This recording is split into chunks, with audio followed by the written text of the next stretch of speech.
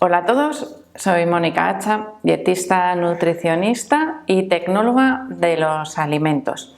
Hoy os voy a hablar de las grasas trans, grasas hidrogenadas, grasas parcialmente hidrogenadas, es decir, de todo aquello que aparece en el etiquetado de los alimentos y que debería ser una señal de alerta para decir, ojo, igual esto no lo tengo que comprar.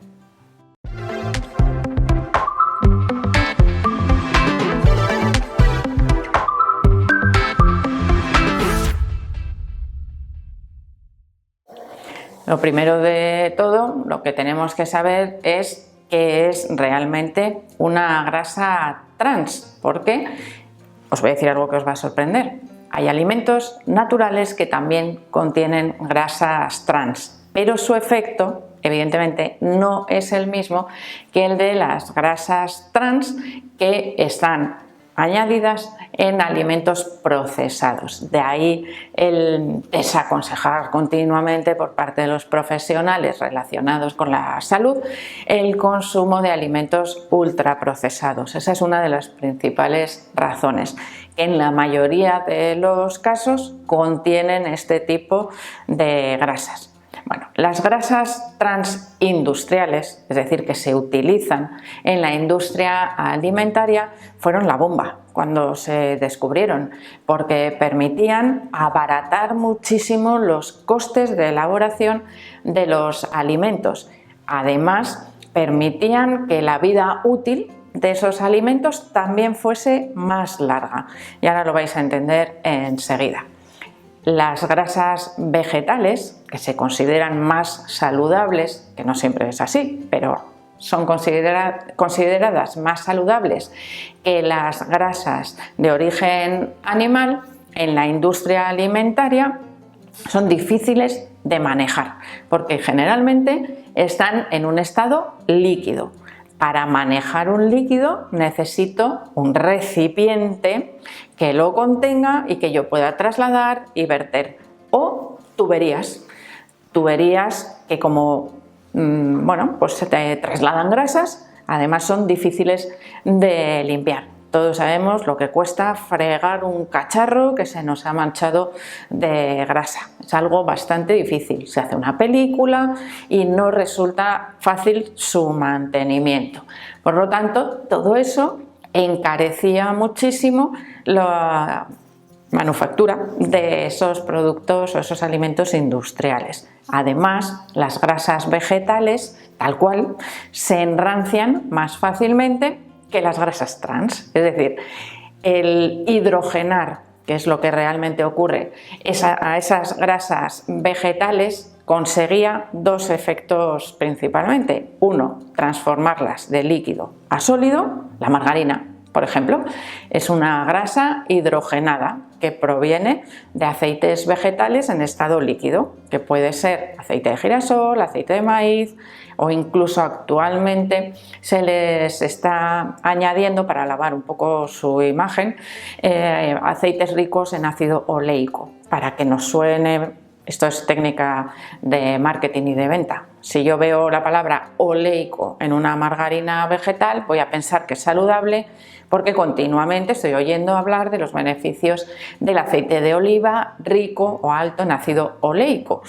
Por lo tanto, no os fiéis, porque realmente tampoco son tan beneficiosas. Es mucho mejor la mantequilla que la margarina para el efecto cardiovascular. Bueno, que ya me estoy yendo por las ramas. Volvemos a esas grasas transindustriales. Además de transformarlas en sólido, se alarga su vida útil, es decir, se oxidan con mayor dificultad, duran más y ese alimento mantiene su sabor durante más tiempo. Imaginaros, por ejemplo, unas magdalenas industriales que se preparan con, me da igual, margarina, vamos a llamarla margarina porque es una grasa hidrogenada, o unas magdalenas que se preparen con aceite de oliva.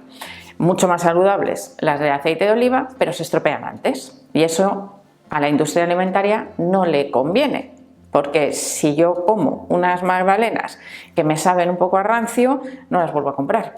En cambio, si mantienen su sabor y su frescura durante más tiempo, seguramente las volveré a comprar antes que otras que no me dan tan buen resultado. Creo que me he explicado perfectamente. Vale, ya tenemos ese uso habitual de las grasas hidrogenadas en la industria alimentaria. ¿Y ahora dónde las utilizamos?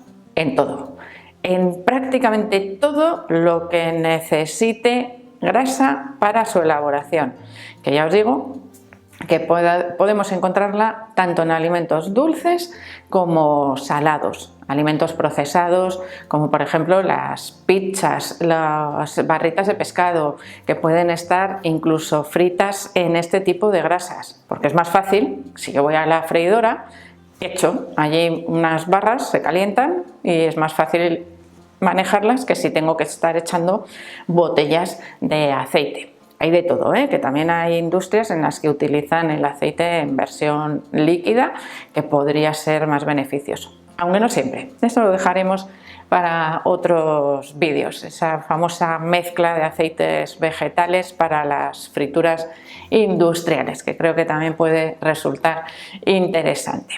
Volvemos a las grasas trans, grasas hidrogenadas. ¿Qué efecto producen en nuestro cuerpo?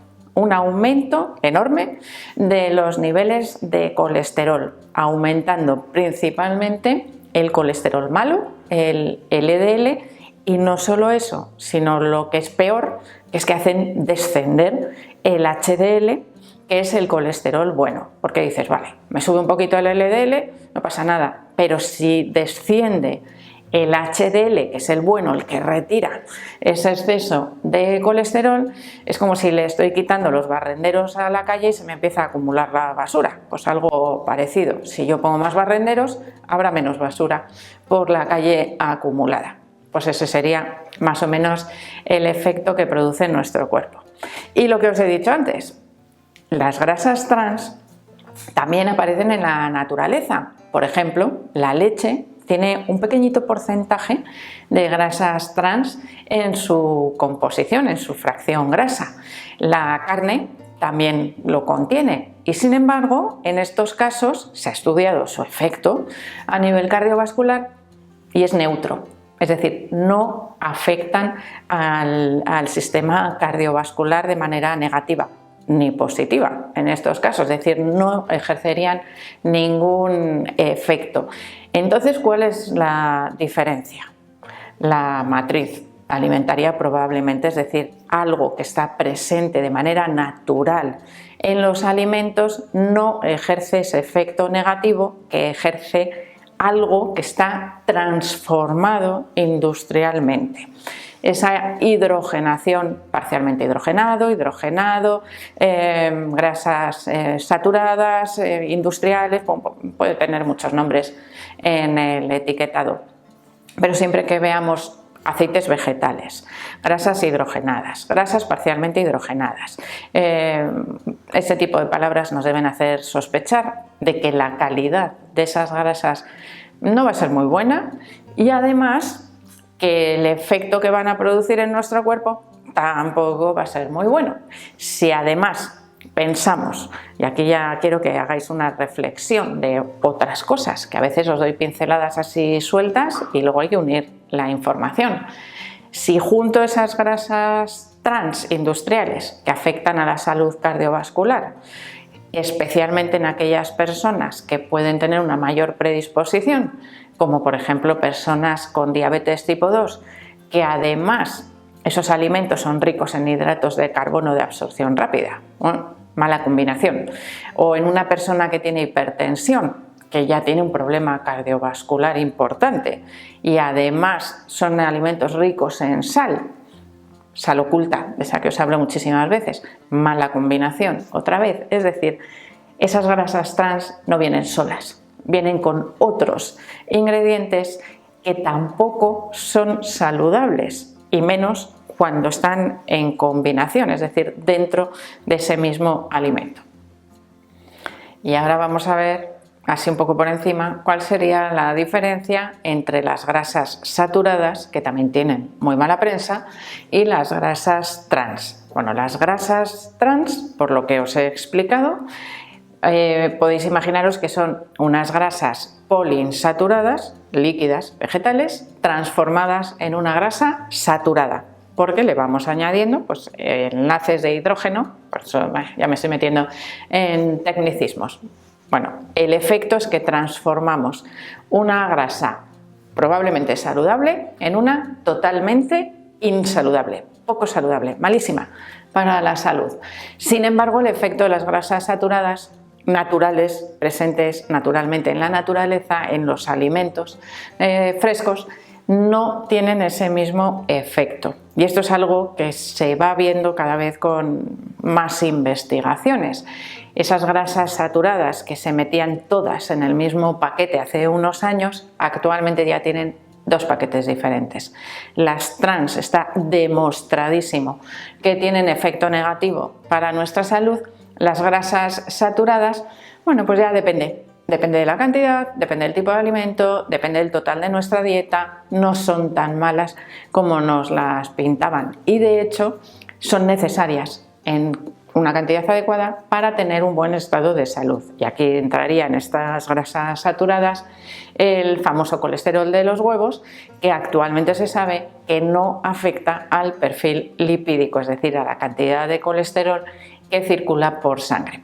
Así que ya veis que todo es un poquito relativo a veces cuando hablamos de ese efecto para la salud, y que dependiendo de las investigaciones que van apareciendo, lo que hace años parecía una cosa ahora es otra. ¿Y quién no nos va a decir que a futuro esas grasas trans van a desaparecer, se van a utilizar o se van a preparar de otra manera y dejan de ser perjudiciales? ¿Quién lo sabe? Tendremos que esperar para ello al futuro. Así que espero que os haya gustado el vídeo. Por supuesto que le deis al like, no dejéis de suscribiros al canal y espero seguir viéndoos a todos en los próximos vídeos.